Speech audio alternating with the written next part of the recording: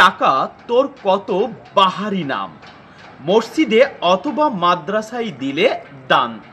কল্যাণমূলক কাজে দিলে অনুদান, মন্দিরে দিলে চাঁদা বা দক্ষিণা, স্কুলে দিলে স্কুলের ফিস, স্কুল থেকে পেলে সেটা হবে বৃত্তি, জামাইকে দিলে পণ,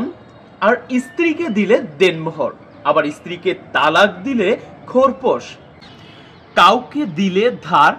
আবার ব্যাংক থেকে নিলে সেই টাকায় ঋণ, আদালতে দিলে একই টাকাকে বলবে জরিমানা, আবার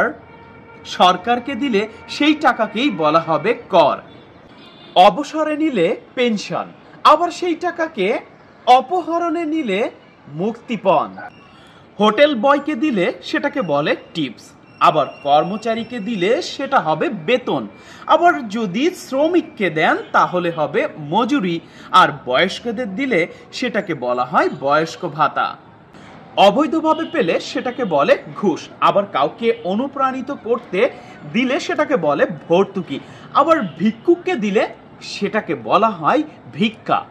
খুশি হয়ে দিলে সেটাকে বলে বকশিস, আবার কোনো কিছু ব্যবহারের পর দিলে সেই টাকাকে বলে ভাড়া, বিশেষভাবে দিলে সেটাকে বলে গিফট, কোনো কিছু নষ্ট করে দিলে সেটাকে বলে ক্ষতিপূরণ, অতিরিক্ত কাজের বিনিময়ে দিলে সেটাকে বলবে আবার ওভারটাইম, মানত করলে সেটাকে বলে সদকা, আবার বিশেষ পর্বে দিলে সেই টাকাকেই আবার বলা হবে সেলামি, অর্ডারের সময় দিলে টাকাকে বলবে অগ্রিম, আবার বিশেষ সময়ে দিলে সেটাকে বলবে আশীর্বাদ। আহা, টাকার কি বাহারি নাম! আরো যদি কোনো নাম আপনাদের জানা থাকে তাহলে অবশ্যই কমেন্টে লিখতে কিন্তু একদমই ভুলবেন না।